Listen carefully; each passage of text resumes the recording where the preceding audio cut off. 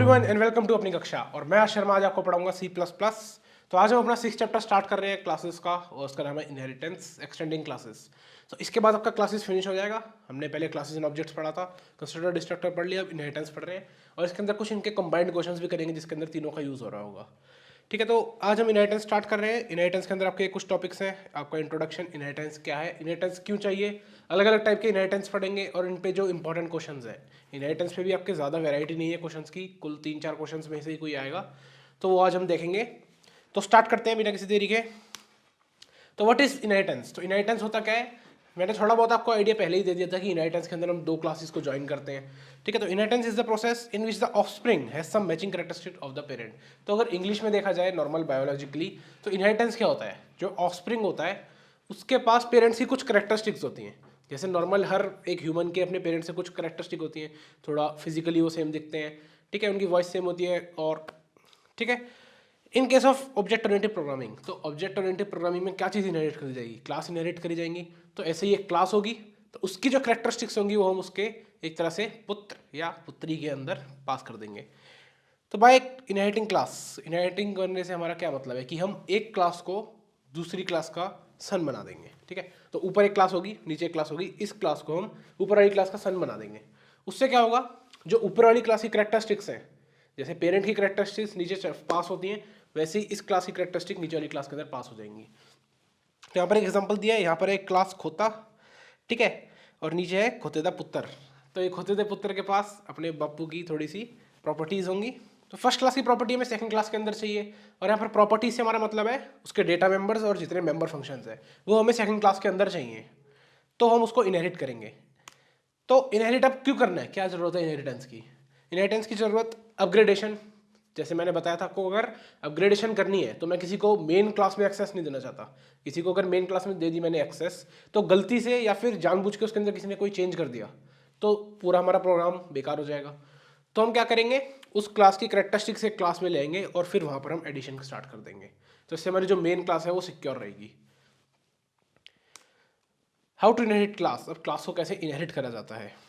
तो हमारी 2 क्लास दे रखी है यहाँ पर, ठीक है। अगेन हमारी क्लास खोता और उसका खोतेदा पुत्र। तो हमें खोते की जो प्रॉपर्टीज़ है वो सेकंड क्लास के अंदर चाहिए, खोतेदे पुत्र के अंदर। तो हम क्या करेंगे, आगे एक कॉलन लगा देंगे और उसके आगे जो क्लास हमें इनहेरिट करनी है उसका नाम लिख देंगे। तो जो ऊपर वाली क्लास है हमारी, ये हमारी हो गई एक तरह से फादर क्लास, और ये हो गई हमारी चाइल्ड क्लास। तो जो हमारी पेरेंट क्लास होती है हम उसको बोलते हैं बेस क्लास, और जो हमारी चाइल्ड क्लास होती है हम उसको बोलते हैं डिराइव्ड क्लास। तो हम पेरेंट क्लास और चाइल्ड क्लास यूज़ ना करके अब बेस क्लास और डिराइव्ड क्लास यूज़ करने वाले हैं।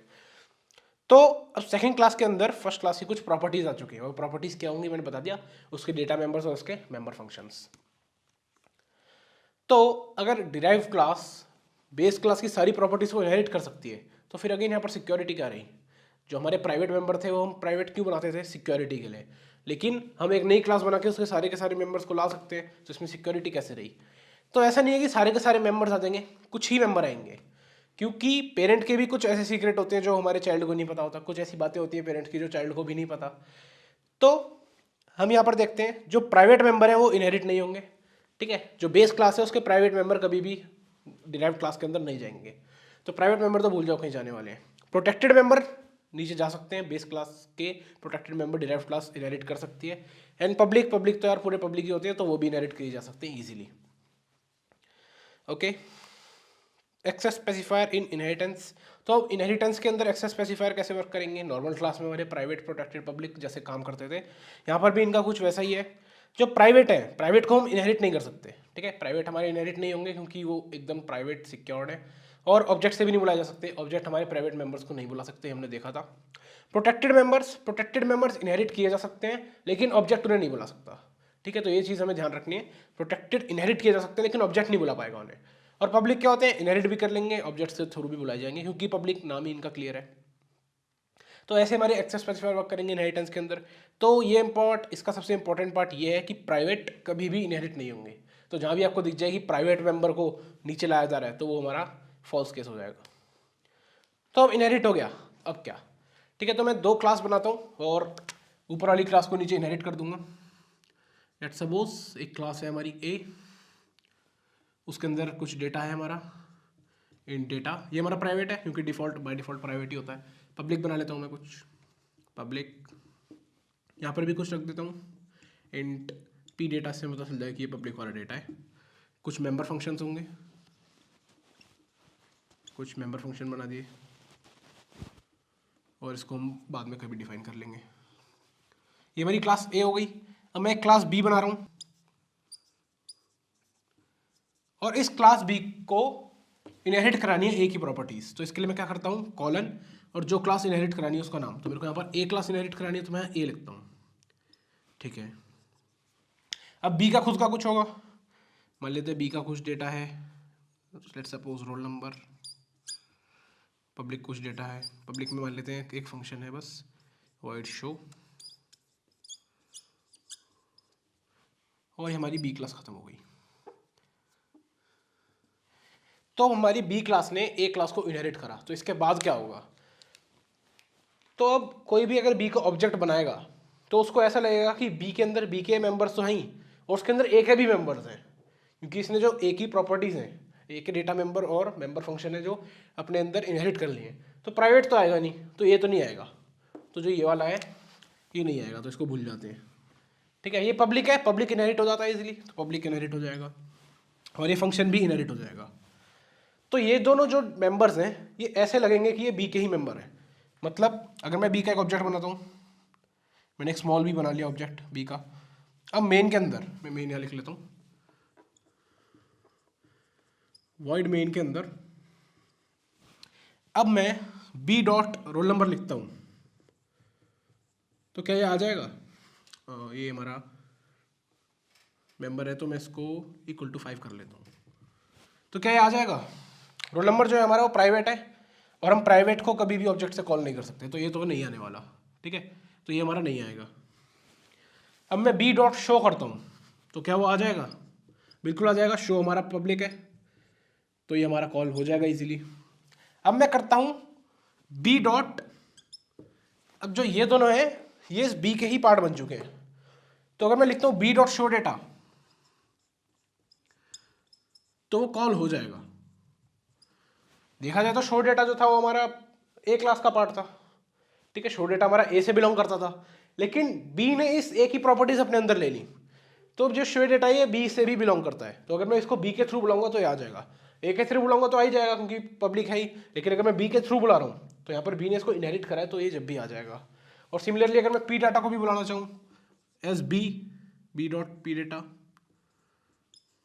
क्योंकि ये पब्लिक डेटा है, इसको मैं 5 या 6 जो भी वैल्यू कराना चाहूँ तो ये भी कॉल हो जाएगा क्योंकि ये भी इसने इनहेरिट कर लिया है, ठीक है। तो इनहेरिटेंस के बाद हमारा ये फ़ायदा होता है, हमने ना ए का कोई ऑब्जेक्ट बनाया ना ए क्लास के अंदर कुछ करा, फिर भी हम उसके कुछ मेंबर्स को दूसरी क्लास से एक्सेस कर पा रहे हैं, तो यही हमारी इनहेरिटेंस काम आती है, यही हमारा अपग्रेडेशन काम आता है। तो अपग्रेडेशन का एक एग्जांपल कैसे हो सकता है, मान लो ये हमारा डेटा नहीं था, ये हमारा स्टूडेंट का नेम था। अब क्या हुआ, हमें सिस्टम के अंदर स्टूडेंट के नेम के साथ उसका रोल नंबर भी ऐड कराना है। तो मैं हालांकि मैं जाऊँ मेन क्लास के अंदर एक रोल नंबर यहाँ ऐड करूँ, फिर रोल नंबर को गेट कराने के लिए गेट वाले फंक्शन को छेड़ूँ, फिर शो वाले फंक्शन को छेड़ूँ, तो इतना कुछ करना पड़ेगा। मेन क्लास को एक्सेस ना देखे हमने एक नई क्लास बनाई, उसके अंदर रोल नंबर था, ये सारा इसके अंदर बुला लिया, ठीक है, और रोल नंबर भी ऐड हो गया इसके अंदर। अब तो ये एडिशन हो गया, अपग्रेडेशन हो गया, और मेन क्लास में मेरे को कुछ करने की जरूरत भी नहीं पड़ी। तो इनहेरिटेंस से ऐसे हमारा अपग्रेडेशन ईजी हो जाता है। तो ये तो भी हमारा बहुत छोटा एग्जाम्पल था, अगर बहुत बड़ा हमारा प्रोग्राम होगा तो वहाँ पर इनहेरिटेंस और ज़्यादा वर्कफुल होगी। तो इनहेरिटेंस के बाद क्या होगा वो हमने देख लिया। तो इसमें लास्ट में एक इंपॉर्टेंट लाइन लिखी है कि क्या ऐसा होगा अगर मान लेते हैं इसके अंदर एक प्रोटेक्टेड मेंबर भी है, तो एक प्रोटेक्टेड मेंबर मैं यहाँ बना लेता हूँ, प्रोटेक्टेड इंट PRT, तो ये हमारा प्रोटेक्टेड का हो गया, और इसको मैं पब्लिक बना लेता हूँ, पब्लिक इंट पी डेटा, ठीक है। अब इस सबको भूल जाओ। तो क्या ऐसा होगा जब मैंने ये डेटा इसके अंदर बुलाया तो क्या सारा इसके लिए पब्लिक है, मतलब अगर ये पी डेटा इसके अंदर आया, और प्रोटेक्टेड भी आते हैं, प्रोटेक्टेड भी इनहेरिट किए जा सकते हैं, तो ये PRT भी इसके अंदर आएगा, तो अभी इसका पार्ट हो गए, PRT और पी डेटा इसके पार्ट हो गए।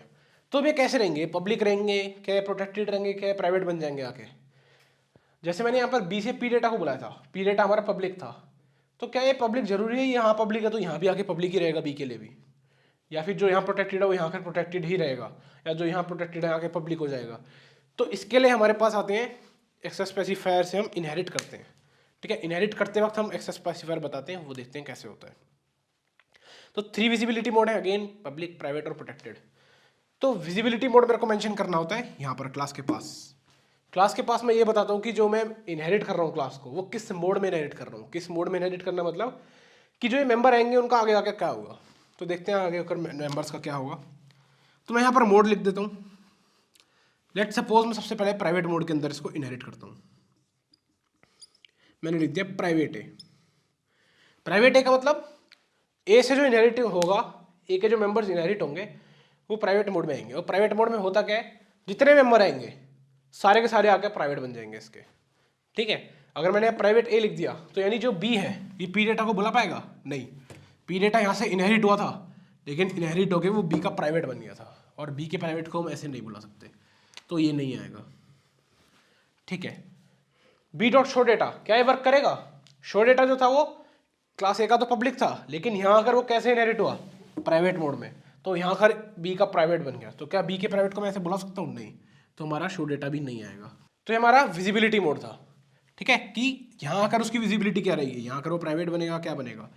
अब ये प्रोटेक्टेड भी इनहेरिट होगा, तो मैं यहाँ पर प्रोटेक्टेड को भी कॉल करके देखता हूँ बी के थ्रू, और एक बार मैं ए के थ्रू भी ट्राई कर लेता हूँ। मान लेते हैं एक ए का भी ऑब्जेक्ट है, ए डॉट पी आर टी, और इसको कुछ इवेल्यूएशन दे देता हूँ।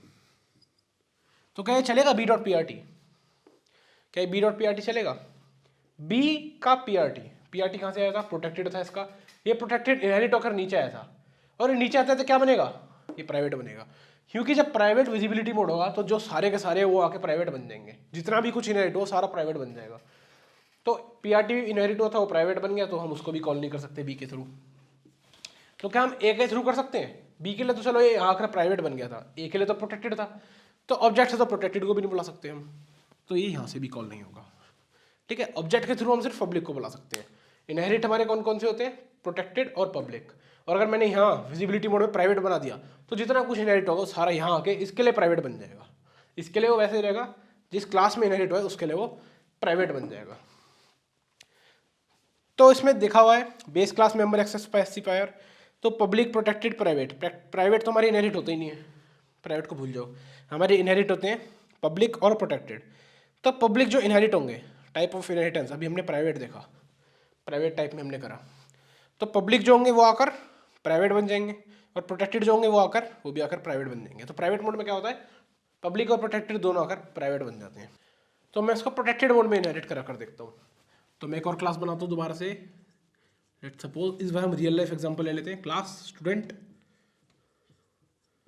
स्टूडेंट का कुछ डेटा होगा, कुछ प्राइवेट डेटा होगा, प्राइवेट डेटा लाइक एड्रेस,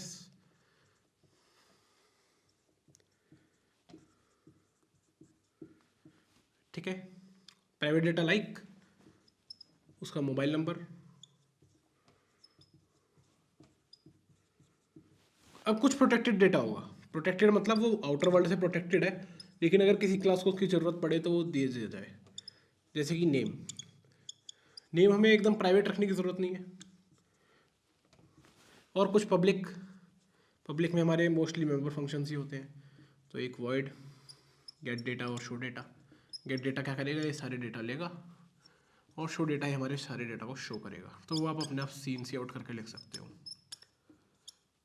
ठीक है, हमारे दो फंक्शंस बन गए। इस क्लास को बंद कर देते हैं। अब मैंने इसके नीचे एक क्लास बनाई, तो मैं उसको राइट साइड में बना लेता हूँ। तो ये हमारी कैसी क्लास है, ये हमारी बेस क्लास है। तो मैं लिख लेता हूँ ये हमारी बेस क्लास है। तो मैं इसके नीचे एक डिराइव्ड क्लास बनाऊंगा, तो मैं उसको यहाँ लिख लेता हूँ डिराइव्ड क्लास।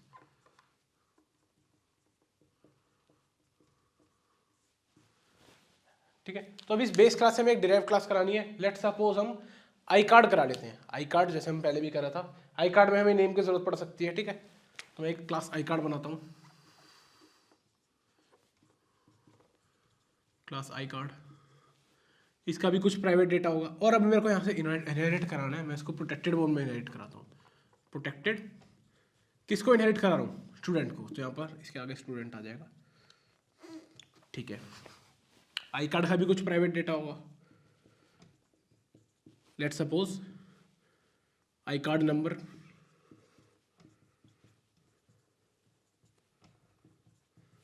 कुछ प्रोटेक्टेड डेटा होगा, लाइक जो आगे पास हो सके, लाइक फोटो नंबर,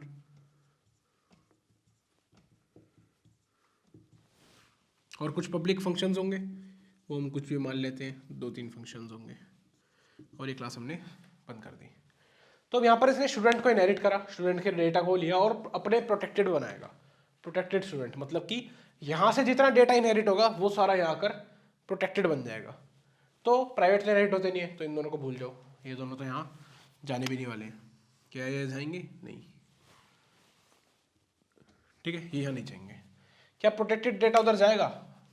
बिल्कुल जाएगा। प्रोटेक्टेड डेटा को हम इनहेरिट कर सकते हैं। प्रोटेक्टेड उधर जाके उसका क्या बनेगा? ये उधर जाके उसका प्रोटेक्टेड ही बनेगा, क्योंकि यहाँ पर हमारा जो मोड था वो प्रोटेक्टेड था। पब्लिक यहाँ से वहाँ जाएगा, पब्लिक क्योंकि इजीली इनहेरिट होता है, तो ये वहाँ जाकर उसका क्या बनेगा? ये वहाँ जाकर उसका प्रोटेक्टेड ही बनेगा, क्योंकि जो हमारा मोड था वो प्रोटेक्टेड ही था। ठीक है, लास्ट मोड है हमारा पब्लिक मोड। अगर मैं पब्लिक मोड में किसी चीज़ को इनहेरिट करता हूँ तो क्या होगा? तो मैं इन्हीं दोनों क्लास में प्रोटेक्टेड मोड की जगह इनको पब्लिकली इनहेरिट कर लेता हूँ।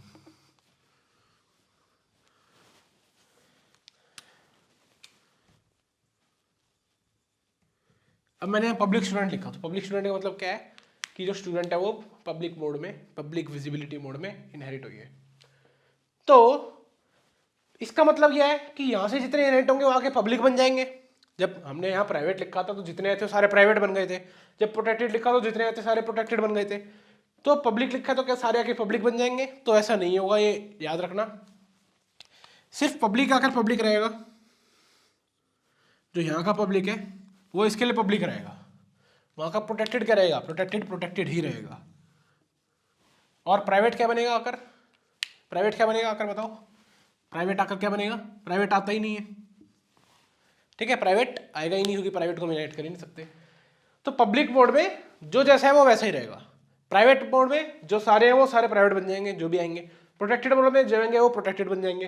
पब्लिक मोड में जैसे आएंगे वैसे ही रहेंगे, जैसे आएंगे वैसे ही रहेंगे। मतलब जो प्रोटेक्टेड मेंबर्स हैं वो सारे इसके लिए प्रोटेक्टेड मेंबर ही रहेंगे, जो इसके पब्लिक मेंबर्स हैं वो इसके लिए पब्लिक मेंबर ही रहेंगे। तो ये हमारा इंपॉर्टेंट है, इसके ऊपर हमारे क्वेश्चन आएंगे। क्वेश्चन कैसे आएंगे? जैसे पब्लिक स्टूडेंट लिख दिया, अब मैंने इसका एक ऑब्जेक्ट बना दिया आई। अब देखो क्वेश्चन कैसे आते हैं। इसका ऑब्जेक्ट बना दिया आई, तो मैं लिखता हूं I dot name is equals to ABC. तो I dot name is equals to ABC. तो आपसे पूछेंगे क्या ये वैलिड है, क्या ये कॉल हो पाएगा, नेम आ पाएगा आई से? तो क्या आई से हम नेम को बुला सकते हैं? पब्लिक मोड में इनहेरिट करा है, अब वो आपको ये बताएंगे नहीं कि कौन कहाँ इनहेरिट हुआ, वो से आपको क्लासेस दे देंगे 2 और वहाँ पर बता देंगे कि कैसे इनहेरिट हुआ है। तो आपको खुद देखना है। जब पब्लिकली इनहेरिट होता है तो क्या होता है? प्रोटेक्टेड रहता है और पब्लिक रहता है। तो नेम क्या था? नेम यहाँ पर प्रोटेक्टेड था, तो स्टूडेंट का नेम आई कार्ड के लिए कैसा रहेगा? प्रोटेक्टेड ही रहेगा, क्योंकि यहाँ प्रोटेक्टेड है तो वहाँ भी प्रोटेक्टेड रहेगा पब्लिक मोड के केस में। तो ये यहाँ कर भी प्रोटेक्टेड रहा। तो अब प्रोटेक्टेड मेंबर को मैं ऑब्जेक्ट से बुला सकता हूँ? यस और नो? नहीं बुला सकता। ठीक है, तो ऐसा क्वेश्चन आएगा, बाकी हम क्वेश्चन आगे देखेंगे। तो यहाँ पर एग्जांपल दिया हुआ है जो हमने अभी करा कि प्राइवेट कैसे बुलाया जाता है, प्रोटेक्टेड कैसे बुलाया जाता है, पब्लिक कैसे बुलाया जाता है, और तीनों मोड में क्या क्या होता है। तो इसकी एक समरी, प्राइवेट में जितने आएंगे वो सारे प्राइवेट बन जाएंगे, प्रोटेक्टेड में जितने आएंगे वो सारे प्रोटेक्टेड बन जाएंगे, पब्लिक में जैसे आए वैसे ही रहे, जो प्रोटेक्टेड था वो प्रोटेक्टेड रहा और जो पब्लिक था वो पब्लिक रहा। अब हम कंस्ट्रक्टर और डिस्ट्रक्टर का यूज देखेंगे इनहेरिटेंस के साथ। तो हमारा जो 5th चैप्टर हमने पढ़ा था अब उसको हम इस 6th चैप्टर के साथ कंबाइन करेंगे। तो इसी के अंदर हम थोड़ा अपना ऐड कर लेते हैं कंस्ट्रक्टर, काम इजी हो जाएगा। तो पहले देख लेते हैं कंस्ट्रक्टर कब आता है। Constructor is called whenever an object is created. ठीक है, तो मैं क्या करता हूँ, एक इसका कंस्ट्रक्टर बना लेता हूँ, एक क्लास स्टूडेंट का और एक क्लास आई कार्ड का। तो इसका कंस्ट्रक्टर बना लेता हूँ आई कार्ड। कंस्ट्रक्टर ऐसे बनाया जाता है क्लास के नेम से, और ये क्या करेगा, वैल्यूज को इनिशियलाइज करेगा। तो मान लेते हैं स्टार्टिंग के लिए इसने उनको 0 कर दिया।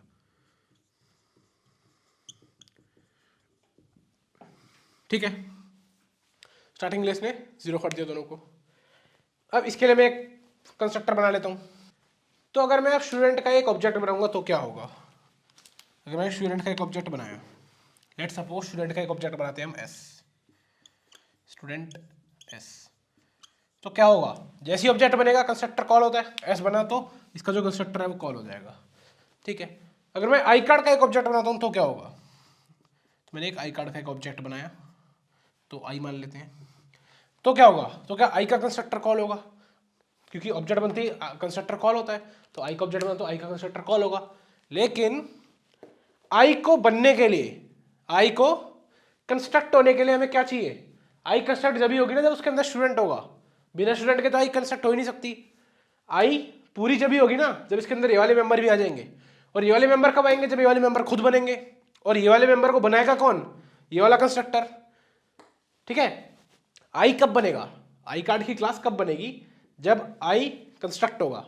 आई कंस्ट्रक्ट होने के लिए आई के अंदर सारे मेंबर आने चाहिए, तो आई के अंदर अभी सारे मेंबर तो है नहीं, ये वाले मेंबर भी तो आने हैं, और ये वाले मेंबर कब आएंगे, जब ये खुद होंगे, और ये खुद कब होंगे, जब इनको कोई कंस्ट्रक्ट करेगा। इनको कंस्ट्रक्ट कौन करेगा, इनका कंस्ट्रक्टर।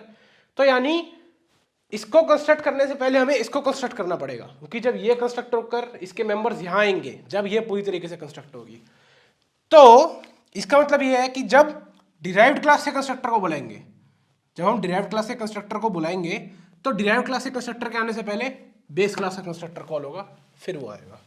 तो अगर मैंने आई कार्ड का एक ऑब्जेक्ट बनाया, तो इसमें पहले एस का कंस्ट्रक्टर कॉल होगा, स्टूडेंट हमारा, और उसके बाद हमारा आई कार्ड का कंस्ट्रक्टर कॉल होगा। ठीक है, तो ये इंपॉर्टेंट पॉइंट था, पहले हमारा बेस क्लास का कॉल होगा, फिर डिराइव्ड क्लास का, अगर हम एक डिराइव्ड क्लास का ऑब्जेक्ट बनाते हैं। बेस क्लास तो ऐसी है, बेस क्लास का बनाया, बेस क्लास का आ गया, क्योंकि इसको कोई ज़रूरत नहीं है। ठीक है, तो ये हमारा इनहेरिटेंस के साथ देख लिया। अब हमारा क्वेश्चन कॉम्प्लिकेटेड कब होगा, जब हमारी इनहेरिटेंस भी हो रही है, हमारी नेस्टेड क्लास भी है, और फिर कंस्ट्रक्टर बना रहे हैं, तो उसके हम कुछ क्वेश्चन करेंगे, आगे आएंगे तो वहाँ पर आपको क्लियर हो जाएगा। नोट, कंस्ट्रक्टर और जो डिस्ट्रक्टर है, कंस्ट्रक्टर है तो ऐसे डिस्ट्रक्टर का भी होगा। कंस्ट्रक्टर जो है वो इनहेरिट नहीं हुआ है, कंस्ट्रक्टर इनहेरिट नहीं हुआ है, वो बस कॉल हुआ है इसको क्रिएट करने के लिए। हमने कंस्ट्रक्टर डिस्ट्रक्टर पढ़ा था, तो लास्ट में कुछ पॉइंट्स पढ़े थे ना हमने, उसके अंदर लिखा था कि कंस्ट्रक्टर जो है कभी भी इनहेरिट नहीं होता, और डिस्ट्रक्टर हमारा कभी भी इनहेरिट नहीं होता। तो यहाँ पर एग्जाम्पल दिया हुआ है एक, अभी एक कॉम्प्लिकेटेड एग्जाम्पल है, ये आपका पेपर पॉइंट ऑफ व्यू से इंपॉर्टेंट नहीं है, लेकिन अगर आपको डेफिनेशन में एक्स्ट्रा देना है तो ये बहुत कम आएगा।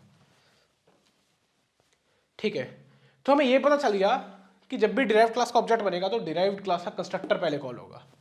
तो मैं इसे कंस्ट्रक्टर को पैरामीटराइज कर देता हूँ, कोई दिक्कत नहीं है। तो मैंने इसे कंस्ट्रक्टर को पैरामीटराइज कर दिया, तो एक इंट ए आया, एक इंट बी आया, और इन ए और बी को मैंने इनके इक्वल कर दिया। ठीक है, ठीक है। अब स्टूडेंट को भी मैं पैरामीटराइज कर देता हूँ, स्टूडेंट को भी मैं पैरामीटराइज कर देता हूँ। मान लेते हैं एक इंट पी आया, और वो पी हमारा अंदर जाके कुछ करेगा, वो हम लिख लेंगे। और अब मैं एक स्टूडेंट का ऑब्जेक्ट बनाता हूँ। स्टूडेंट का ऑब्जेक्ट मैं कैसे बनाऊंगा, मैं मेन फंक्शन के अंदर, मैं यहाँ मेन फंक्शन लिख लेता हूँ हमारा। मेन फंक्शन के अंदर अगर मैं स्टूडेंट का ऑब्जेक्ट बनाऊंगा तो वो कैसा होगा, स्टूडेंट एस मान लेता हूँ, एस, और इसको एक पैरामीटर देना पड़ेगा जो पी जा रहा है, तो कुछ भी दे दिया, 7 दे दिया, मान लो 7 दे दिया। ठीक है, अब मैं एक आई कार्ड क्लास का ऑब्जेक्ट बना रहा हूँ, तो इसके लिए मेरे को क्या करना पड़ेगा, आई कार्ड लिखना पड़ेगा, और इसका नाम मैंने दे दिया आई, और दो पैरामीटर देने, यहाँ पर लिख दिए, कुछ भी दे सकते हैं यार, 3 6 दे दिया। अब क्या होगा, ये एरर देगा। एरर क्यों देगा, जब स्टूडेंट S7 कॉल हुआ, स्टूडेंट के अंदर एक ऑब्जेक्ट के अंदर 7 वैल्यू डाली है, या कंस्ट्रक्टर कॉल हुआ, कंस्ट्रक्टर ने 7 लिया, अपना काम करा, ठीक है। आई कार्ड में जब आई कॉल हुआ, आई के अंदर 3 6 वैल्यू जाएंगी, क्या ये डायरेक्ट यहाँ जाएगा, ये क्या डायरेक्ट यहाँ जाएगा, ये 3 और 6 वैल्यू यहाँ जाने से पहले जो हमारी पब्लिक स्टूडेंट है, स्टूडेंट कंस्ट्रक्ट होगी, यहाँ जाने से पहले हमारी स्टूडेंट कंस्ट्रक्ट होगी, और स्टूडेंट को कंस्ट्रक्ट करने के लिए एक पी पैरामीटर चाहिए, तो ये पी पैरामीटर कहाँ से आएगा।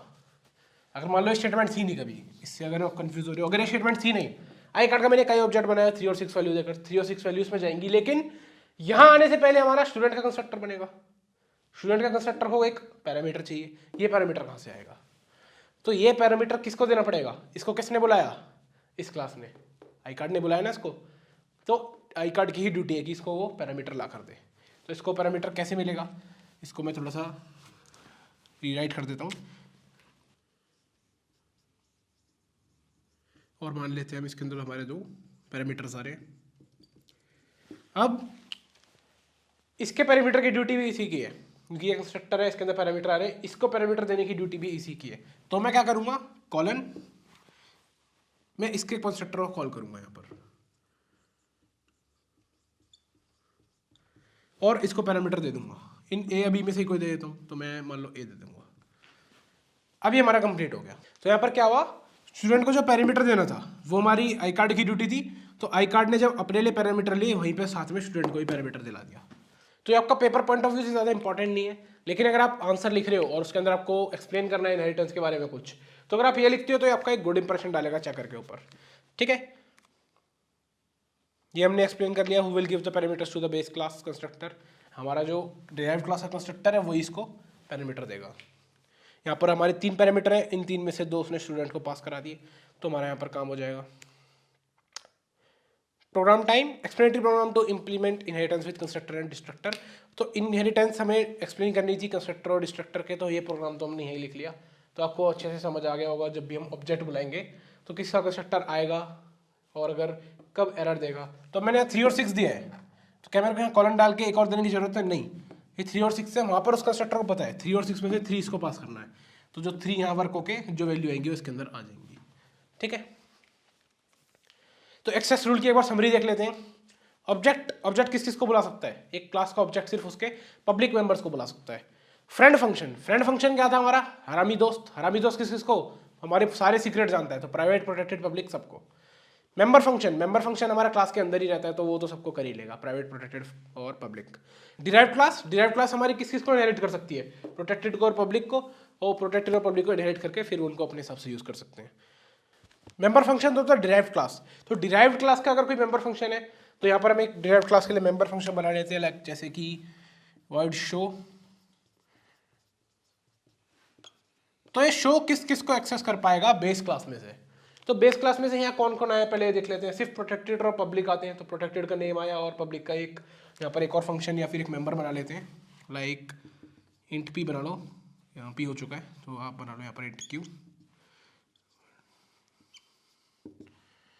ठीक है, ये यहाँ पर आएगा कंस्ट्रक्टर के बाहर, ये यहाँ पर बंद है। ठीक है, तो ये क्यू भी यहाँ पर आएगा पब्लिक। तो ये void show किस किस को एक्सेस कर सकता है? जो दोनों आए उन्हीं को कर सकता है, क्योंकि जो मेंबर फंक्शन होता है उसको पूरी क्लास में हमारी एक्सेस होती है, और ये दोनों भी इस क्लास की मेंबर बन चुके हैं। ठीक है, तो ये उनको दोनों को ही एक्सेस कर सकता है। Member function of the base class का मेंबर फंक्शन वो तो सबको कर ही सकता है, इसी क्लास का है। तो ये हमारी एक समरी हो गई एक्सेस रूल की। अब जो प्रोग्राम आएंगे, जो हमारे क्वेश्चंस आएंगे इससे रिलेटेड, वो आप इजीली एक चुटकी में कर सकते हो। अब डिफरेंट तरीके की इनहेरिटेंस होती हैं, डिफरेंट स्टाइल्स ऑफ इनहेरिटेंस। तो अलग अलग तरीके की इनहेरिटेंस होती हैं। अभी अलग अलग तरीके की इनहेरिटेंस क्या है? सबसे पहली है आपकी सिंगल इनहेरिटेंस। सिंगल इनहेरिटेंस क्या होती है? जिसके अंदर एक बेस क्लास हो और आपकी एक ही डिराइव्ड क्लास हो। जैसे हमने अभी एग्जांपल लिया ये वाला, एक बेस क्लास हो और एक डिराइव्ड क्लास हो, तो व्हेन अ सब क्लास, डिराइव्ड क्लास को हम सब क्लास भी बोलते हैं, और जो हमारी बेस क्लास होती है उसको सुपर क्लास भी बोलते हैं। तो आप डिराइव्ड और बेस यूज़ करो, ये ठीक है। तो आपकी एक बेस क्लास होगी और उसके जो मेंबर है वो नीचे इनहेरिट होंगे क्लास बी के अंदर, जैसा आप देख सकते हो। ठीक है, तो ये सिंगल इनहेरिटेंस हमने एक देख लिया, तो इसको ज़्यादा समझने की जरूरत नहीं है। नेक्स्ट आपका multi level inheritance. Multi level inheritance नाम से पता चल रहा है कि अलग अलग लेवल का इनहेरिटेंस है। ठीक है, तो इसमें क्या होता है, एक सुपर क्लास है या फिर आपकी एक बेस क्लास है, उसकी एक डिराइव्ड क्लास है। ठीक है, अब इस डिराइव्ड क्लास की भी एक डिराइव्ड क्लास है, या फिर अब जो नीचे डिराइव्ड क्लास है इसकी भी एक डिराइव्ड क्लास है। तो ये जो चेन बन रही है, यानी एक बेस की एक डिराइव्ड, फिर उस डिराइव्ड वो खुद एक बेस है नीचे वाली के लिए, ये डिराइव्ड हो गई। अब ये डिराइव्ड खुद एक बेस है नीचे वाली के लिए, तो ये डिराइव्ड हो गई। तो ये हमारा मल्टी लेवल हो जाता है। देखा है, मल्टी लेवल पे हो रहा है, तो हमारा मल्टी लेवल इनहेरिटेंस हो गया। व्हेन देयर आर सब class of the sub class, यानी सब क्लास की भी सब क्लासेस हैं, तो ये हमारा मल्टी लेवल होता है। यहाँ पर हमारा डायग्राम बना हुआ है, एक क्लास सी है, उससे नीचे एक इनहेरिट हुई क्लास बी, और उसके नीचे इनहेरिट हुई एक क्लास ए। तो हमारा मल्टी लेवल इनहेरिटेंस होता है।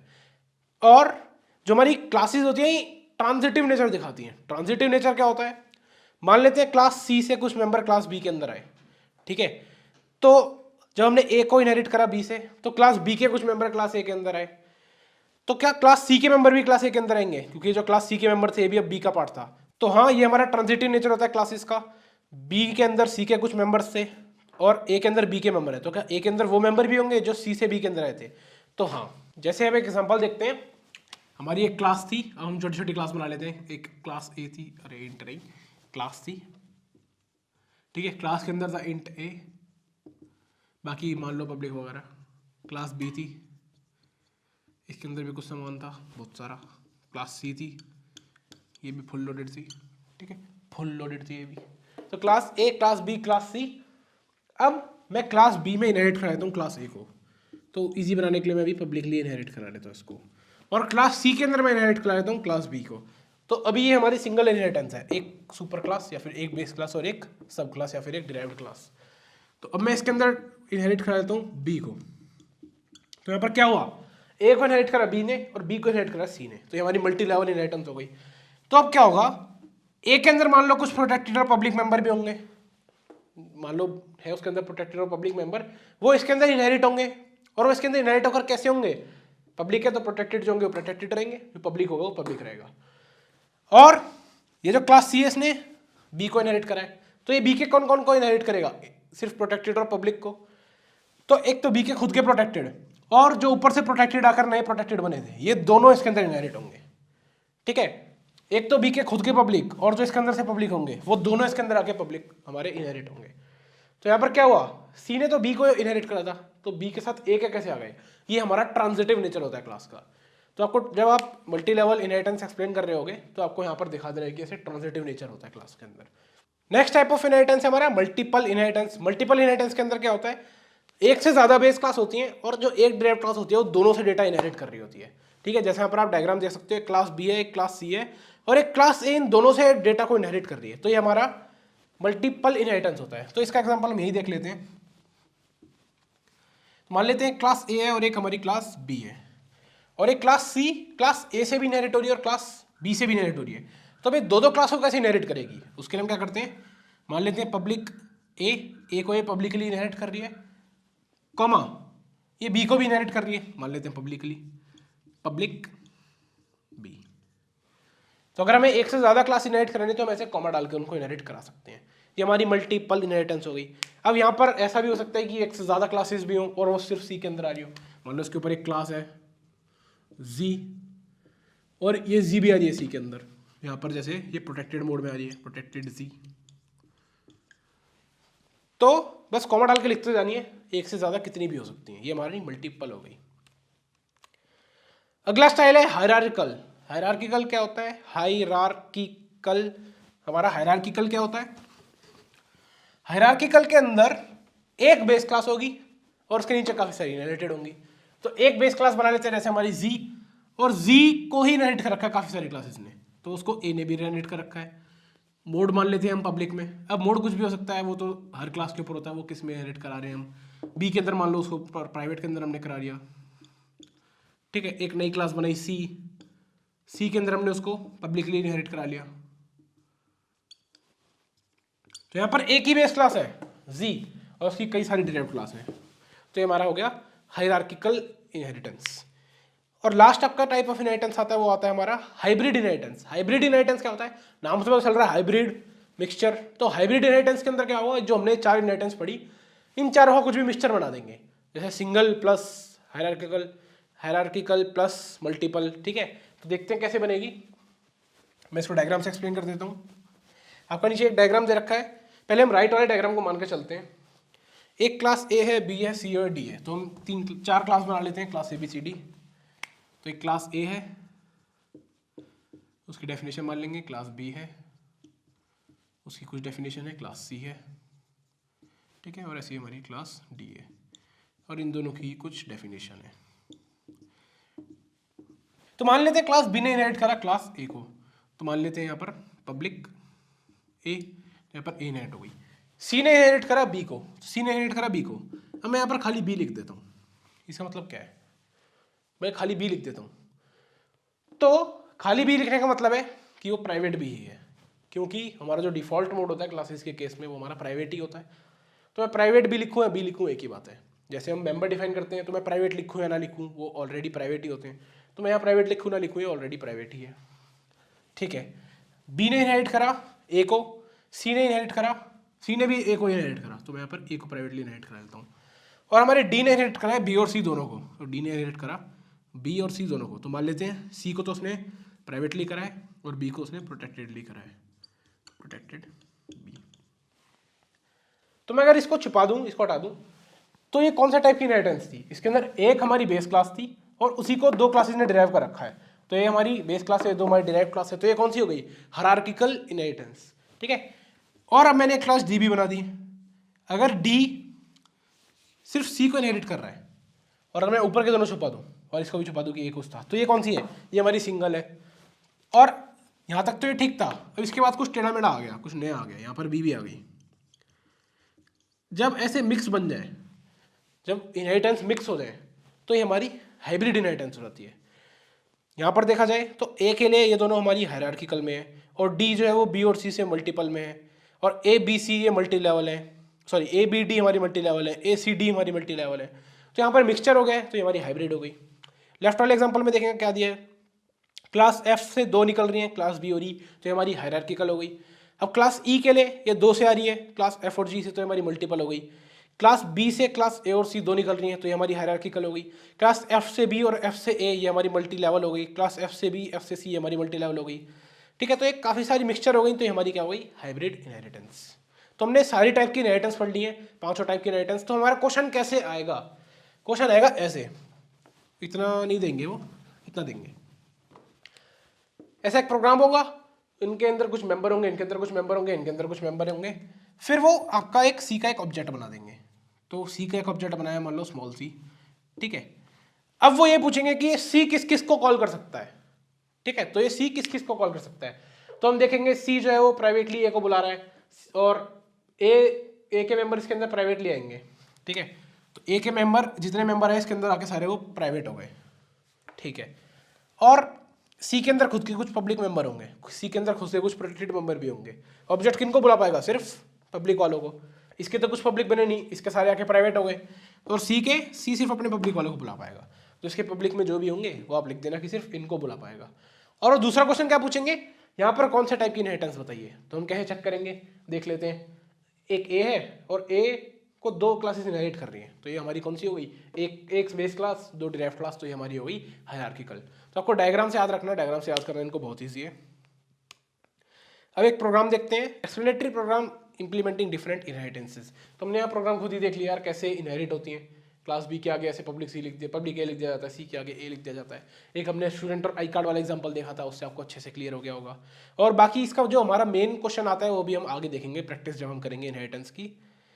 तो रिलेशनशिप बिटवीन क्लासेस ये क्या है? ये बिल्कुल भी इंपॉर्टेंट नहीं है, बस आपको पता होना चाहिए। बिल्कुल भी इंपॉर्टेंट नहीं है, ठीक है, लेकिन आप इसको सुन लो, क्योंकि अगर वाइवा में पूछ लिया गया तो आप कुछ बताने के लायक होने चाहिए।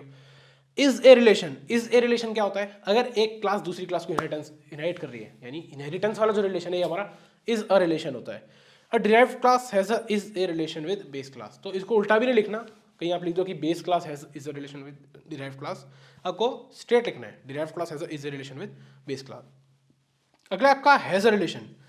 हैज अ रिलेशन क्या होता है? When a class contains object of another class. तो एक क्लास है ए, एक क्लास है हमारी ए, एक क्लास है बी, और ये बी जो है वो हमारी ए को इनहेरिट कर रही है, मान लेते हैं ए को इनहेरिट कर रही है, और बाय डिफॉल्ट इसको प्राइवेट में इनहेरिट कर रही है।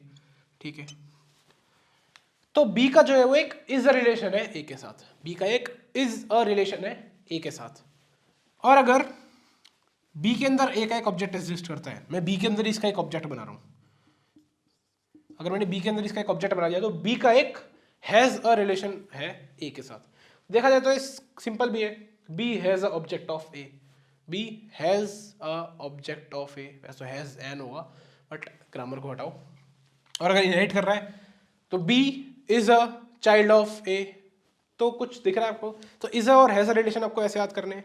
और जो हैज अ रिलेशन होता है इसको कभी कभी कंटेनरशिप भी बुला दिया जाता है, कि बी के जो अंदर है वो एक ही ऑब्जेक्ट ही कंटेनरशिप है। तो कंटेनरशिप आपको सिर्फ नाम याद करना है कि कंटेनरशिप क्या होती है। So containership is presence of object of other class in a class, presence of object of other class in a class. ठीक है, तो एक कंटेनरशिप की सिर्फ डेफिनेशन, ये कभी भी एक नंबर की आ सकती है। ठीक है, बहुत कम चांसेस है वैसे तो एक नंबर की आ सकती है, आपके स्कूल के पेपर में आ सकती है एक नंबर की, और वाइवा के लिए थोड़ा सा आपको इसको पढ़ के जाना है। ठीक है, तो हमने इनहेरिटेंस के सारे टॉपिक्स पढ़ लिए हैं, सारा हमारा टॉपिक हो गया है। इसके बाद हम क्वेश्चन करने के लिए रेडी हैं। अब क्वेश्चन करते हैं, ये आपका सबसे इंपॉर्टेंट पार्ट है। अगर आप क्वेश्चन कर लोगे ये सारे तो पेपर में आने वाला कोई भी क्वेश्चन इजीली क्रैक हो जाएगा।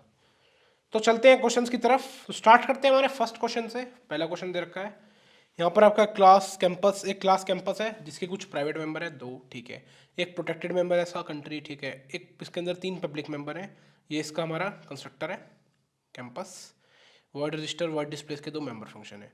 एक क्लास बनाई हमने डिपार्टमेंट, डिपार्टमेंट ने कैंपस को इनहेरिट कराया है प्राइवेट मोड में। प्राइवेट मोड का मतलब क्या है, इसके जितने ही मेंबर इनहेरिट होंगे वो आकर इसके सारे प्राइवेट बन जाएंगे।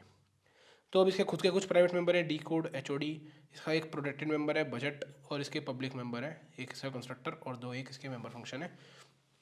फिर एक तीसरी क्लास है एप्लीकेंट। एप्लीकेंट जो इनहेरिट करा रही है वो डेप्ट को करा रही है, डिपार्टमेंट को, पब्लिक मोड में। पब्लिक मोड में क्या होता है, प्रोटेक्टेड प्रोटेक्टेड रहता है और पब्लिक पब्लिक रहता है, ठीक है।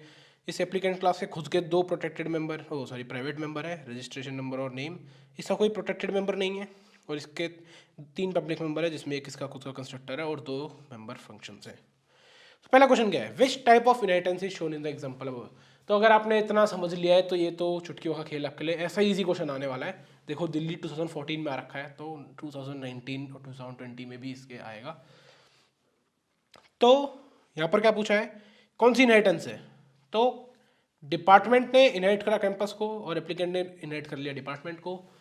कैंपस से आई डिपार्टमेंट, डिपार्टमेंट से आई हमारी एप्लीकेंट। क्या है ये, multi level. Second, write the name of those member function which are directly accessed from the objects of applicant. तो एप्लीकेंट का ऑब्जेक्ट किन किन मेंबर फंक्शंस को, सिर्फ मेंबर फंक्शन बताने, एक्सेस कर सकता है। तो एप्लीकेंट का ऑब्जेक्ट जो है वो एप्लीकेंट के पब्लिक को तो इजीली एक्सेस कर ही सकता है। तो एप्लीकेंट के पब्लिक मेंबर फंक्शन एनरोल और व्यू को जो है वो एक्सेस कर ही सकता है। तो पहले आप लिख लो एनरोल और व्यू को ये कर सकता है एक्सेस। तो एनरोल और व्यू, ठीक है। और किन्हें एक्सेस कर सकता है, अब इसने डिपार्टमेंट को जो है वो पब्लिकली इनहेरिट करा था। तो पब्लिकली इनहेरिट करने का मतलब जो डिपार्टमेंट से हमारे मेंबर्स आए थे, प्रोटेक्टेड के प्रोटेक्टेड रहे, पब्लिक के पब्लिक रहे। तो प्रोटेक्टेड तो हमारा इससे कॉल होगा नहीं, सिर्फ पब्लिक मेंबर ही कॉल होगा, तो हमें पब्लिक से मतलब है। तो उसके जो पब्लिक यहाँ कर पब्लिक बने थे वो हम देखते हैं कौन आए थे। तो उसमें से हमारे 2 पब्लिक आए थे, एंटर और शो। हमारा कंस्ट्रक्टर तो इनहेरिट होता नहीं है, तो ये एंटर और शो यहाँ पर आके इसके क्या बने, ये दोनों आके इसके पब्लिक ही बने। और अगर इसके पब्लिक हैं तो इसके पब्लिक को ही हमारा जो हमारा ऑब्जेक्ट है वो बुला सकता है। तो यहाँ पर इन दोनों हम नाम लिख लेंगे, एंटर और शो, इन दोनों को भी कॉल कर सकता है, ठीक है। क्लास डिपार्टमेंट ने जो है वो इनहेरिट करा था क्लास कैंपस को। अब क्लास कैंपस के भी कुछ पब्लिक मेंबर हैं, लेकिन क्लास डिपार्टमेंट ने जो उसको एक्सेस करा था, इसको इनहेरिट करा था, वो प्राइवेटली करा था। प्राइवेटली करने का मतलब क्या है, उसमें से जितना आया होगा वो सारा इसका प्राइवेट बन गया होगा। तो जो ये दोनों फंक्शंस आए होंगे वो अगर इसके प्राइवेट बन गए होंगे, और जब डिपार्टमेंट की बारी आई होगी इनहेरिट करने की नीचे, तो प्राइवेट को वो इनहेरिट करेगा ही नहीं। तो ये जो ये 2 मेंबर हैं ये डिपार्टमेंट तक जाएंगे, लेकिन डिपार्टमेंट के प्राइवेट बनकर एप्लीकेंट तक नहीं जा पाएंगे। तो हमारी ये 4 फंक्शन है जो एप्लीकेंट का ऑब्जेक्ट एक्सेस कर सकता है। Right the name of those data members, इस बार हमें डेटा मेंबर्स बताने हैं, मेंबर फंक्शन नहीं बताने, which can be directly access from the member function of class applicant. तो क्लास एप्लीकेंट का मेंबर फंक्शन किसे किसे एक्सेस कर सकता है, तो हम देख लेते हैं। तो एक क्लास का मेंबर फंक्शन उस क्लास के हर मेंबर को एक्सेस कर सकता है, ठीक है। तो इस क्लास का मेंबर फंक्शन इसके सारे मेंबर्स को एक्सेस कर सकता है। तो इसके अंदर 2 ही डेटा मेंबर है, रजिस्ट्रेशन नंबर और नेम। तो रजिस्ट्रेशन नंबर और नेम को तो ये कर ही सकता है। उसके साथ ऊपर से कुछ मेंबर आए होंगे। ऊपर से मेंबर कैसे आए थे, पब्लिक। पब्लिकली आने का मतलब क्या होता है, जो प्रोटेक्टेड थे तो वो प्रोटेक्टेड रहे, जो पब्लिक थे वो पब्लिक ही रहे। तो ऊपर से प्रोटेक्टेड में से आएगा बजट और पब्लिक में से कोई नहीं आएगा क्योंकि कोई डाटा मेंबर है ही नहीं। हम सिर्फ डेटा मेंबर देख रहे हैं, मेंबर फंक्शन नहीं देख रहे। तो बजट आएगा, नीचे आके प्रोटेक्टेड बनेगा, और नीचे आके वो प्रोटेक्टेड बनेगा तो हमारा जो मेंबर फंक्शन है उसको एक्सेस कर सकता है, क्योंकि जो मेंबर फंक्शन की एक्सेस होती है पूरी क्लास में रहती है।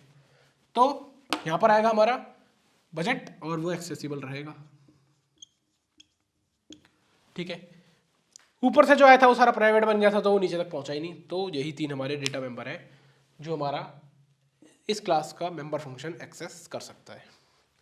Fourth question, is it possible to directly call from function display of class campus from an object of class department. क्या हम क्लास डिपार्टमेंट के ऑब्जेक्ट से डिस्प्ले बुला सकते हैं? क्लास डिपार्टमेंट के ऑब्जेक्ट से हम डिस्प्ले बुला सकते हैं। डिस्प्ले क्या था, वो ऊपर वाली क्लास का, कैंपस क्लास का, पब्लिक था। अब वो नीचे आकर डिपार्टमेंट क्लास का क्या बनेगा, प्राइवेट, क्योंकि प्राइवेट मोड में सारे आके प्राइवेट बन जाते हैं। तो डिपार्टमेंट क्लास का वो प्राइवेट बन गया, तो जो डिस्प्ले है वो डिपार्टमेंट क्लास का प्राइवेट बन गया। तो क्या डिस्प्ले का ऑब्जेक्ट इस प्राइवेट को बुला सकता है? क्या ऑब्जेक्ट कभी प्राइवेट को बुला सकता है? नहीं बुला सकता, तो इसका आंसर सीधा नो है। नेक्स्ट क्वेश्चन देखते हैं। क्लास रेगुलर है, इसके अंदर एक प्राइवेट मेंबर है। प्राइवेट पब्लिक आप अपने आप कर लोगे तो हम सीधा आगे पहुंचते हैं। यहाँ पे इनहेरिटेंस देख लेते हैं। रेगुलर और डिस्टेंस ये दोनों जाकर जा रही हैं कोर्स क्लास के अंदर। तो किस टाइप की इनहेरिटेंस है? सॉल्यूशन दिख रहा है, उसको छुपाना पड़ेगा। ठीक है, अब आप बताओ, जिन्होंने देख लिया यार चीटिंग है। तो किस टाइप की इनहेरिटेंस है? रेगुलर और डिस्टेंस, दो क्लासेस, दो बेस क्लासेस हैं, ये एक के अंदर इनहेरिट हो रही हैं। दो क्लासेस एक के अंदर इनहेरिट हो रही है। ये किस टाइप की इनहेरिटेंस है? दो एक के अंदर आ रही है, ये हमारी मल्टीपल इनहेरिटेंस है। तो मल्टीपल इनहेरिटेंस इसका आंसर हो गया। अब मैं आंसर वापस ले आता हूँ। Write name of all member function accessible from out course function of class course. तो जो क्लास कोर्स का फंक्शन है आउट कोर्स, ये किस किस को एक्सेस कर सकता है, किस किस मेंबर फंक्शन को एक्सेस कर सकता है? ठीक है, इसके अंदर हम इन कोर्स को बुला सकते हैं, तो इसी की क्लास का साथी है, अपनी क्लास में तो पूरी एक्सेस होती है। और इस क्लास के अंदर जो रेगुलर है वो पब्लिकली आ रही है। पब्लिकली आने का मतलब क्या होता है? प्राइवेट तो आते नहीं है, प्रोटेक्टेड प्रोटेक्टेड रहते हैं, पब्लिक पब्लिक रहते हैं। तो क्लास रेगुलर के जो दोनों पब्लिक हैं वो आकर इसके पब्लिक रहेंगे। तो क्लास पब्लिक मैं लिख लेता हूँ। पहले तो जो इसके क्लास का ही जो साथी मेंबर फंक्शन है उसको तो ये कॉल कर ही सकता है इजीली, और ऊपर से जो तो हमारे पब्लिक है वो नीचे आकर भी पब्लिक ही हैं, तो उनको भी ये इजीली एक्सेस कर सकता है। तो पहला जो इसका खुद का साथी है इन कोर्स, उसको तो एक्सेस करेगा ही। ऊपर से जो दो पब्लिक थे वो इनहेरिट होकर नीचे आ गए, उन्हें भी एक्सेस कर सकता है। अब वो इनहेरिट होकर नीचे आके कुछ भी बने, वो आकर प्रोटेक्टेड बने, वो आकर पब्लिक बने, वो आकर प्राइवेट बने, इस क्लास के अंदर मेंबर फंक्शन अपनी क्लास में पूरी एक्सेस रखता है, तो वो इजीली एक्सेस कर लेगा। तो इन रेगुलर आउट रेगुलर दोनों को एक्सेस कर लेगा।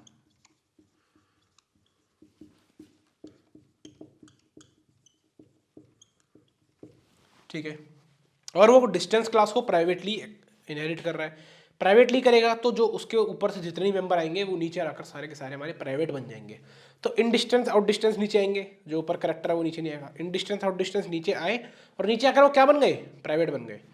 तो क्या प्राइवेट मेंबर को मेंबर फंक्शन बुला सकता है? बुला सकता है, बिल्कुल बुला सकता है, क्योंकि मेंबर फंक्शन की एक्सेस पूरी क्लास के अंदर होती है। तो ये इन दोनों फंक्शन इन डिस्टेंस और आउट डिस्टेंस को भी बुला सकता है। तो हमें बस यही नाम लिखने होते हैं कि किन किन फंक्शन को ये बुला सकता है। तो इन सब फंक्शन को ये बुला सकता है। ठीक है, और एक खुद को भी बुला सकता है। अब देखो यही पॉइंट है वो जहाँ पर आप जो बाकी के बच्चे हैं उनसे अलग बनोगे। ठीक है, आप क्या लिख सकते हो यहाँ पर? आप इस खुद फंक्शन का खुद का नाम भी लिख सकते हो, आउट कोर्स। इसको आप अलग कलर में या अलग बड़ा करके और इसको अंडरलाइन करके स्पेशली यहाँ लिख सकते हो रिकर्सिवली, क्योंकि जब मेंबर फंक्शन या कोई भी फंक्शन खुद को बुलाएगा तो वो रिकर्सिव कोड होता है। ठीक है, तो ये आपका कोड हो गया। अब इसके अंदर और एडिशन करना है तो आप ये भी लिख सकते हो कि ये रिकर्सिव कोड है तो ये इनलाइन नहीं होगा, बाकी इतना काफ़ी है, पूरी रामकथा नहीं लिखनी है हमें। Write name of all member accessible through an object of class course. Class course का हम एक ऑब्जेक्ट बना रहे हैं और फिर बता रहे हैं उस ऑब्जेक्ट से हम किस किस को एक्सेस कर सकते हैं।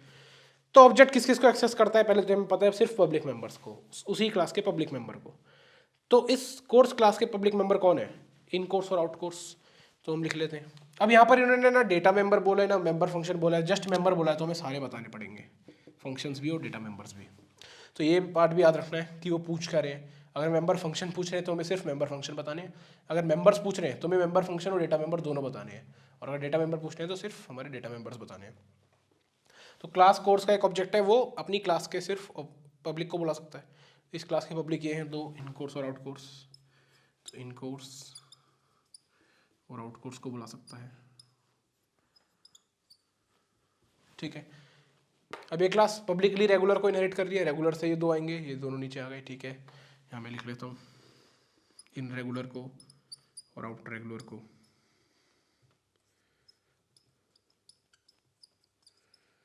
क्योंकि ये दोनों पब्लिक हैं उस क्लास के, और नीचे आके भी इसके भी पब्लिक रहेंगे, और ये डिस्टेंस को प्राइवेटली इनहेरिट कर रही है। तो इसमें से जो भी आएगा वो आके इसका प्राइवेट बन जाएगा, तो ऑब्जेक्ट तो उसको बुला ही नहीं सकता। तो सिर्फ ये चारों आंसर होंगे। तो क्या स्कूल कोड और स्टडी सेंटर कोड ये क्यों नहीं आ रहे? क्योंकि ये तो प्राइवेट है, प्राइवेट इनहेरिट ही नहीं होते, तो इनका कोई यहाँ पर खेल ही नहीं है। Is the function in regular accessible inside the function in distance. क्या जो हमारा इन रेगुलर है ये इन डिस्टेंस के अंदर एक्सेसिबल है? तो जो डिस्टेंस और रेगुलर है इनके अंदर कोई कनेक्शन नहीं है, डिस्टेंस यहाँ है, रेगुलर यहाँ है, ये दोनों के डेटा नीचे इनहेरिट हो रहे हैं, इनके अंदर आपस में कोई रिलेशन नहीं है, तो नो आंसर होगा इसका। अगर ये मल्टी लेवल इनहेरिटेंस होता तो उसके अंदर ट्रांजिटिव नेचर होता है, लेकिन ये मल्टीपल इनहेरिटेंस है, इसके अंदर कोई ट्रांजिटिव नेचर नहीं है, इसके अंदर ऊपर से दोनों के डेटा नीचे आ रहा है, तो ये आपस में इनका कोई रिलेशन नहीं है। तो पहला क्वेश्चन हमारा, name all the member functions which are accessible by objects of class C. तो यानी क्लास सी का कोई ऑब्जेक्ट है वो किस किस को एक्सेस कर सकता है। तो क्लास सी का ऑब्जेक्ट सिर्फ पब्लिक मेंबर्स को करता है। तो एक तो इसका खुद का पब्लिक मेंबर शो3, तो हम यहाँ लिख लेते हैं शो3 जो इसका खुद का है पब्लिक। और अगर ऊपर से कोई अगर इसका पब्लिक बना हुआ तो ऊपर से कौन आ रहा है, एक तो बी के मेंबर्स आ रहे हैं, बी के अंदर जो पब्लिक हैं वो इसके अंदर आके प्राइवेट हो जाएंगे क्योंकि इसने प्राइवेटली एक्सेस करा है बी को। तो बी से कुछ भी आ रहा है, चाहे वो ए से होकर फिर बी से होकर सी में आ रहा है, तो सारा का सारा आके इसका प्राइवेट बन जाना है, तो सिर्फ यही पार्ट सिर्फ शो3 ही इसका एक्सेस कर पाएगा। सेकंड क्वेश्चन आपका, name all the protected members of class B. Class B के सारे प्रोटेक्टेड मेंबर बताने हैं। तो यहाँ पर सिर्फ मेंबर बोला है, तो हमें मेंबर फंक्शन और डेटा मेंबर दोनों बताने पड़ेंगे। तो एक तो ई और एक ये एफ, ये हमारे दो डेटा मेंबर हो गए, और हमारा एक मेंबर फंक्शन हो गया गेट टू। अब ऊपर से इसने ए को प्रोटेक्टेड करके बुलाया, प्रोटेक्टेड मोड में बुलाया है। तो प्रोटेक्टेड मोड में क्या होता था, जितने मेंबर आते थे सारे प्रोटेक्टेड बन जाते थे आकर। तो यहाँ पर ये दो तो हैं इंट ए और बी, क्योंकि प्रोटेक्टेड ही बनने हैं यहाँ आकर नीचे। वॉइड प्रॉक, ये हमारा मेंबर फंक्शन, ये भी प्रोटेक्टेड बनना है। पब्लिक के अंदर ये कंस्ट्रक्टर है, कंस्ट्रक्टर इनहेरिट नहीं होगा, तो गलती मत कर देना ए लिख कर नीचे, कंस्ट्रक्टर इनहेरिट नहीं होगा। वाइड गेट वेड पुट, अब जो भी आएगा वो प्रोटेक्टेड बनना है नीचे आके, तो गेट और पुट भी प्रोटेक्टेड बनेंगे, और ये भी हमारे क्लास बी के ही हैं। तो इसका आंसर लिख लेते हैं हम, तो क्लास बी के खुद के प्रोटेक्टेड मेंबर्स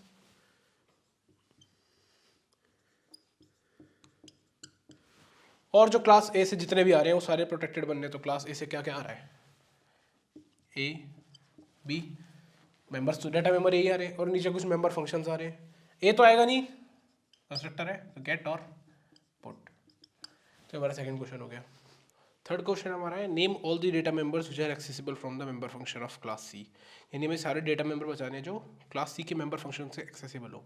तो क्लास सी का मेंबर फंक्शन ये है हमारा शो3। तो मेंबर फंक्शन की जो एक्सेस होती है वो पूरी क्लास के अंदर होती है, हमें सिर्फ डेटा मेंबर देखने हैं। तो पी और क्यू होगा, गेट 3 नहीं होगा। तो मैं लिख लेता हूँ पी और क्यू को तो एक्सेस कर ही सकेगा क्योंकि पूरी क्लास में एक्सेस होती है, ठीक है। और सी के अंदर क्लास बी भी है, और बी प्राइवेट होकर आ रही है, तो बी के मेंबर्स जितने भी आएंगे वो सारे इसके प्राइवेट हो जाएंगे। तो बी में से कौन कौन से मेंबर आए थे, ई और एफ आए थे, और पब्लिक कोई मेंबर था नहीं, सी डी प्राइवेट है तो आएंगे नहीं। ई और एफ आए, इसके प्राइवेट बन गए, तब वो इसमें आके प्राइवेट बने या कुछ भी बने, जो हमारा मेंबर फंक्शन होता है वो तो एक्सेस कर ही लेगा। तो पी क्यू तो उसके खुद के थे ही, अब ई और एफ भी हमारे आ गए, ठीक है। अब क्लास बी के अंदर ए से भी कुछ आ रहे थे, ए से जो आ रहे थे प्रोटेक्टेड बन रहे थे आगे। प्रोटेक्टेड मोड में हमारा क्या होता है, जो भी डेटा मेंबर आएगा चाहे वो पब्लिक हो प्रोटेक्टेड हो, वो आकर प्रोटेक्टेड बनेगा। और वहाँ से क्या इनहेरिट हुआ था, ए बी इसमें आए, वो इसके प्रोटेक्टेड बन गए। अब प्रोटेक्टेड इनहेरिट तो होते ही हैं, जैसे ऊपर से हुए थे, तो यहाँ से ये इसमें इनहेरिट हो गए और आके इसके प्राइवेट बन गए, क्योंकि जब प्रोटेक्टेड होता है तो जितने आते हैं वो सारे आके प्रोटेक्टेड बनते हैं, और जब प्राइवेट होता है तो जितने आएंगे वो सारे आकर प्राइवेट बन जाएंगे, ठीक है। और मेंबर फंक्शन है तो प्राइवेट को भी एक्सेस कर सकता है, तो ये ए और बी को भी एक्सेस कर सकता है,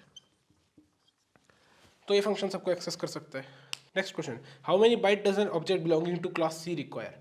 यानी क्लास सी का अगर हम एक ऑब्जेक्ट बनाएंगे तो उसको कितना स्पेस चाहिए होगा। तो ये आपका इंपॉर्टेंट क्वेश्चन होता है।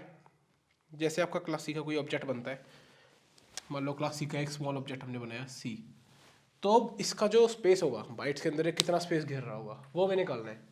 तो ये कैसे देखेंगे, मेंबर फंक्शन का कोई साइज़ नहीं होता, ये हमने देख रखा है, मेंबर फंक्शन का कोई साइज़ नहीं देखते, सिर्फ डेटा मेंबर्स का साइज़ होगा। तो हमें देखना है कि सी के अंदर कितने डेटा मेंबर हैं, उनका साइज़ क्या है। तो सी के अंदर पहले तो हमारा एक पी है एक क्यू है, तो एक इंटीजर का साइज़ होता है 2 बाइट्स, तो एक पी का हो गया, एक हमारा क्यू का हो गया 2,2। फिर नीचे आते हैं, अब सी के अंदर प्राइवेट के भी मेंबर्स आ रहे हैं, ठीक है। तो सी के अंदर प्राइवेट है कौन से मेंबर आ रहे हैं, ई और एफ आ रहे हैं, तो ई और एफ का भी दो जोड़ लेते हैं हम, ठीक है। और बी के अंदर ए से आ रहे थे ए और बी, और वो ए और बी में आकर और बी से फिर सी में आ रहे थे क्योंकि प्रोटेक्टेड था, तो 2 ये आ गए।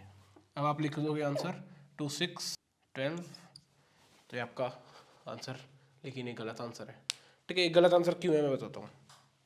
हमने क्या करा, पी और क्यू को तो चलो पी और क्यू जो थे हमारे सी के थे ही, ठीक है। बी से हमने देखा कि कौन आए, ई और एफ आए, फिर हमने देखा कि ए से बी में आए ए और बी, और फिर वो बी से सी में आए।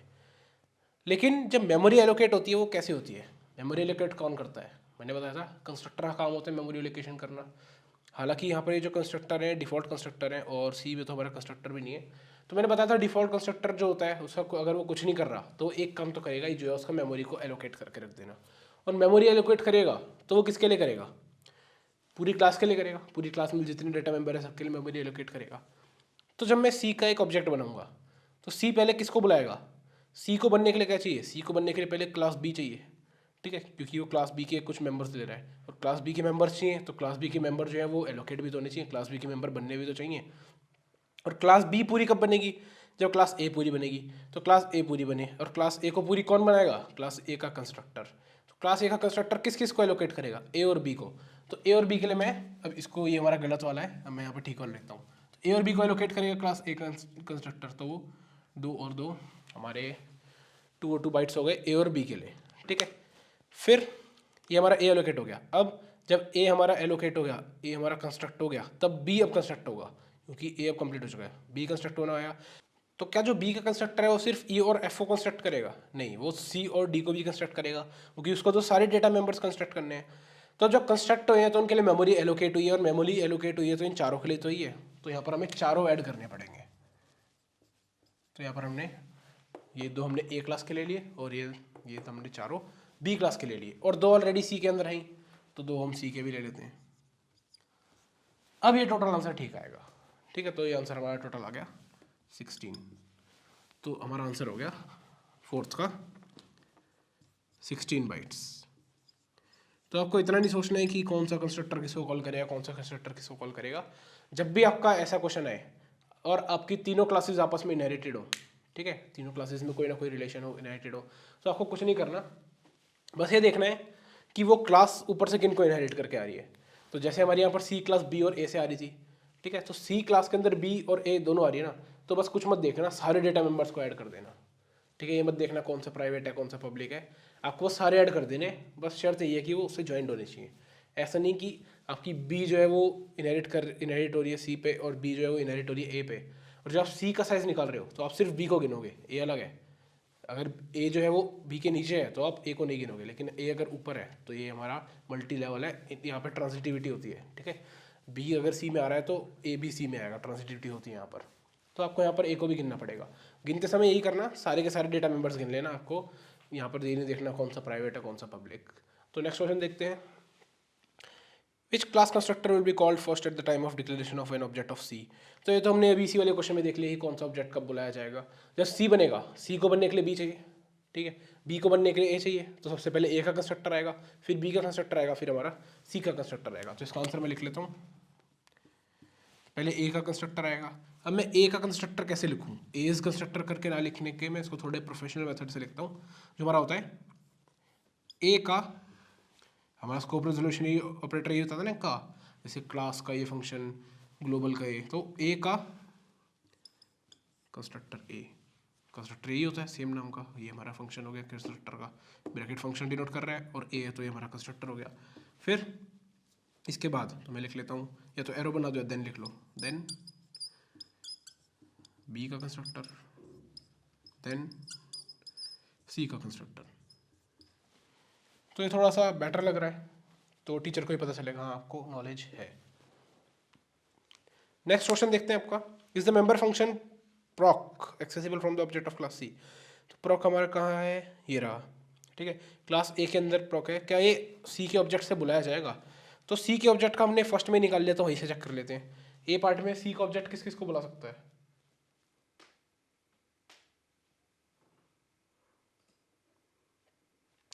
शो थ्री को, सिर्फ शो थ्री को बुला सकता है, तो प्रॉक को नहीं बुला सकता, सिंपल आंसर नो। और अगर आपको इसकी एक्सप्लेनेशन देनी है तो प्रॉक जो है वो प्रोटेक्टेड है, जब वो नीचे आएगा बी क्लास के अंदर जब भी वो प्रोटेक्टेड रहेगा, और जब वो सी क्लास के अंदर आएगा तो प्राइवेट हो जाएगा। तो सी के किस प्राइवेट को हम सी के ऑब्जेक्ट से नहीं बुला सकते। नेक्स्ट क्वेश्चन है हमारा, name the base class and derived class of class B. तो क्लास बी का यहाँ पर बेस क्लास कौन सी है? क्लास बी के ऊपर कौन सी क्लास है? Base class. और क्लास बी के नीचे डिराइव्ड क्लास कौन सी है? तो क्लास बी के ऊपर हमारी ए है, तो ये हमारी बी के लिए ए जो है वो बेस क्लास है, और सी जो है वो बी के लिए डिराइव्ड क्लास है। Name all the protected members of class C. Class C के अंदर कौन कौन से प्रोटेक्टेड मेंबर्स हैं? एक तो क्यू ही है, क्यू लिख लेते हैं, ये हमारा एच पार्ट, एक तो क्यू है ही। अब ऊपर से देख लेते हैं इनहेरिट होकर कितने आ रहे हैं। प्राइवेट बी, बी का जो भी आएगा वो इसके अंदर प्राइवेट हो जाएगा। तो बी के अंदर से ए का भी जोड़ के ही आ रहा होगा, तो यहाँ आके वो सारा प्राइवेट हो जाएगा, तो प्रोटेक्टेड में सारा सिर्फ क्यू रहा। तो हमारा ये आंसर हो गया। तो हमने एक क्वेश्चन देख लिया, इसके अंदर आपका सारा का सारा सारे क्वेश्चन हो गए, एक्सेसिबिलिटी की भी हो गए, आपका साइज वाला भी आ गया, आपका ऑब्जेक्ट वाला, मेंबर फंक्शन वाला। तो इससे बाहर क्वेश्चन नहीं आता आपका। इनहेरिटेंस में से आपका ऐसे ही क्वेश्चन आता है। हमने इनहेरिटेंस के साथ ये भी देख लिया ही वो कंस्ट्रक्टर के साथ कैसे वर्क करते हैं। अभी आपका इसमें ज़्यादा क्या पूछ लेंगे, डिस्ट्रक्टर के साथ बताओ। तो डिस्ट्रक्टर के केस में आप क्या कर लोगे, जो ये ऑर्डर था ए बी सी का वैसे उल्टा हो जाएगा, सी बी एंड ए। और डिस्ट्रक्टर के केस में आप कैसे लिखोगे, अगर मेरे को लिखना है ए इज डिस्ट्रक्टर तो मैं उसको ऐसे लिखूंगा, ए डिस्ट्रक्टर के लिए हम टिल्ड लगाते हैं ये। और अगर आपको ऐसे नहीं लिखना तो नॉर्मली आप फिर वही लिख लो अपनी इज डिस्ट्रक्टर। ठीक है, तो ये हमारा हो गया एक क्वेश्चन। अब देखते हैं नेक्स्ट क्वेश्चन क्या है।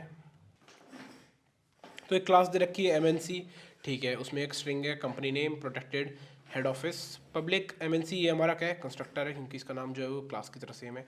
करेक्टर कंट्री एक स्ट्रिंग अगेन 525 साइज की, void enter data display data. फिर एक ब्रांच क्लास है जो एमएनसी को इनहेरिट कर रही है, किस मोड में, पब्लिक मोड में। अब ब्रांच के अंदर प्राइवेट मेंबर है तो एनओई और CTRY country, number of employees. इसका एक प्राइवेट मेंबर है वॉइड एसोसिएशन, तो ये हमारा क्या है, ये हमारा एक फंक्शन है। पब्लिक ब्रांच ये इसका कंस्ट्रक्टर हो गया। वॉइड ऐड, वॉइड शो, ये इसके दो मेंबर फंक्शंस हैं। क्लास आउटलेट, क्लास आउटलेट जो है वो ब्रांच को इनहेरिट कर रही है। इसके अंदर एक प्राइवेट स्ट्रिंग है स्टेट 25 साइज की। पब्लिक में इसके अंदर ये इसका कंस्ट्रक्टर है, वॉइड एंटर, वॉइड आउटपुट। तो इनहेरिटेंस तो यार आपको इसी वक्त दिख गई होगी जो हमने देखा। तो इनहेरिटेंस पहले ही हमें पता है, ये मल्टी लेवल इनहेरिटेंस है। बाकी क्वेश्चन देखते हैं क्या है। विच class constructor will be called first at the time of declaration of an object of class outlet. Class outlet का अगर एक हम ऑब्जेक्ट बनाएंगे तो कंस्ट्रक्टर का जो ऑर्डर है वो क्या रहेगा। तो सिंपल है, आउटलेट को बनने के लिए क्या चाहिए, ब्रांच चाहिए, और ब्रांच को बनने के लिए क्या चाहिए, एमएनसी। तो पहले एमएनसी का कंस्ट्रक्टर कॉल होगा, फिर ब्रांच का कंस्ट्रक्टर कॉल होगा, फिर आउटलेट का कंस्ट्रक्टर कॉल होगा। Second, how many bytes, bytes के केस में मैंने बताया था। अब यहाँ पर हमें ये देखना है कि आउटलेट से कनेक्टेड है क्या दोनों के दोनों। तो आउटलेट के ऊपर क्या है, हमारा ब्रांच, ब्रांच के ऊपर हमारा एमएनसी है। तो जो आउटलेट है वो दोनों से आ रहा है, ट्रांजिटिविटी। तो आउटलेट के अंदर यानी खुद के तो हैं और इन दोनों के भी आ रहे हैं। तो अब हमें कुछ नहीं देखना, हमें बस इसके सारे ऐड कर देने, इसके सारे ऐड कर देने, इसके सारे ऐड कर देने, हमारा आंसर हो जाएगा। तो हम फर्स्ट के सारे ऐड कर देते हैं। एक करेक्टर का साइज़ 1 होता है, तो अगर 25 लेंथ का करेक्टर तो उसका साइज़ 25 हो गया। तो 25 इसका, 25 इसका 50, 25 इसका 75, 25 इसका 100, और लॉन्ग का साइज़ हमारा 4 होता है, 104, और इसके खुद के एक 25 और, तो हमारा 129 इसका आंसर हो गया। सारे डेटा मेंबर्स आपको ऐड कर लेने, बस मेंबर फंक्शन नहीं गिनना, क्योंकि मेंबर फंक्शन कोई साइज़ नहीं गिरता। ठीक है, डेटा मेंबर्स गिनने हमें। Name the member functions which are accessible from objects of class outlet. तो आउटलेट के ऑब्जेक्ट से हम कौन से मेंबर फंक्शन को एक्सेस कर सकते हैं। तो आउटलेट का एक ऑब्जेक्ट बनाया, ठीक है, ऑब्जेक्ट से हम सिर्फ पब्लिक मेंबर्स को एक्सेस कर सकते हैं। तो इसके अंदर पब्लिक मेंबर फंक्शन कौन से हैं, एक ये है वॉइड एंटर, एक ये है वॉइड आउटपुट। तो इन दोनों को एक्सेस कर लेंगे। क्या आउटलेट को मिलेना है, नहीं, आउटलेट तो अपने आप ही कॉल हो जाएगा उस टाइम। तो वॉइड एंटर और वॉइड आउटपुट, ये हमारा एंटर और आउटपुट दो फंक्शन हो गए जो ऑब्जेक्ट से कर सकते हैं। पब्लिक ब्रांच, पब्लिक ब्रांच मतलब ब्रांच में से जो प्रोटेक्टेड आएगा वो इसका प्रोटेक्टेड ही रहेगा, और जो ब्रांच में से पब्लिक आएगा वो इसका पब्लिक ही रहेगा। तो ब्रांच में से जो पब्लिक आएगा वो इसका पब्लिक रहेगा, मतलब ऐड और शो इसके लिए पब्लिक है, और इसके लिए अगर वो पब्लिक है तो यानी इसका ऑब्जेक्ट उन्हें बुला सकता है। तो एंटर और आउटपुट के साथ हमारा ऐड और शो को भी एक्सेस कर सकता है। अब ब्रांच हमारा एमएनसी को बुला रहा है पब्लिक मोड में। पब्लिक मोड का मतलब वही प्रोटेक्टेड प्रोटेक्टेड रहेगा, पब्लिक पब्लिक रहेगा। तो ये वाला public enter data, display data, इसका पब्लिक रहा, ठीक है, और इसका पब्लिक है हमारी आउटलेट का।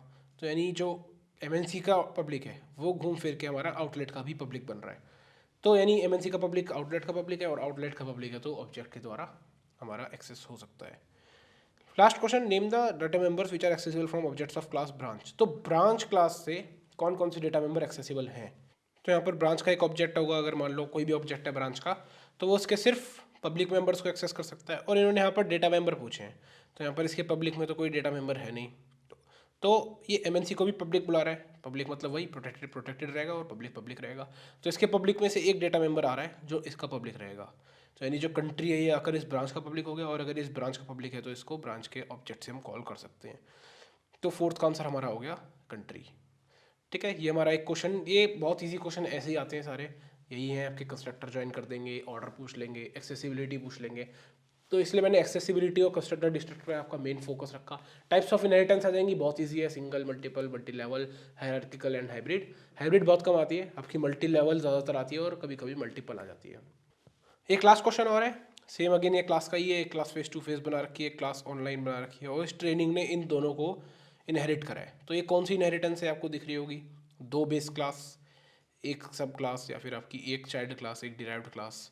तो 2 बेस क्लास, एक डिराइव्ड क्लास है, तो ये हमारी हायरार्किकल हो गई। तो इसमें चारों क्वेश्चन है सेम है, ये आपका होमवर्क है, आपको खुद ट्राई करना है, बहुत ईजी है यार, आप अपने आप इजीली कर लोगे इसको। तो ये हमारा हो गया इनहेरिटेंस। इनहेरिटेंस अपना कंप्लीट हो चुका है। इनहेरिटेंस में आपने देखा कुछ भी नहीं था, आपका क्लास कंप्लीट हो चुका है। तो हमने ये जितना पढ़ा है ये सारा आपका 40 मार्क्स का कवर हो चुका है। और इसके बाद जब हमारा सारे लेक्चर्स खत्म हो जाएंगे, जब हम इसका प्रैक्टिस सेक्शन भी करेंगे, उसके अंदर ये वाले क्वेश्चंस और कुछ नए क्वेश्चंस प्रैक्टिस करेंगे हम इसी टाइप के, और कौन से हमारे इंपॉर्टेंट है, कौन से प्रीवियस ईयर में काफ़ी बार आए हुए हैं, वो वाले क्वेश्चंस हम प्रैक्टिस करेंगे। ठीक है, तो अब के लिए आपका क्लासेस वाला पार्ट फिनिश हो चुका है, ऑब्जेक्ट ओरिएंटेड प्रोग्रामिंग आपका फिनिश हो चुका है। इसके बाद हमें डेटा स्ट्रक्चर से स्टार्ट करना है। तो मिलता हूँ आपसे नेक्स्ट लेक्चर में, जब तक के लिए ईट well, sleep well and study well.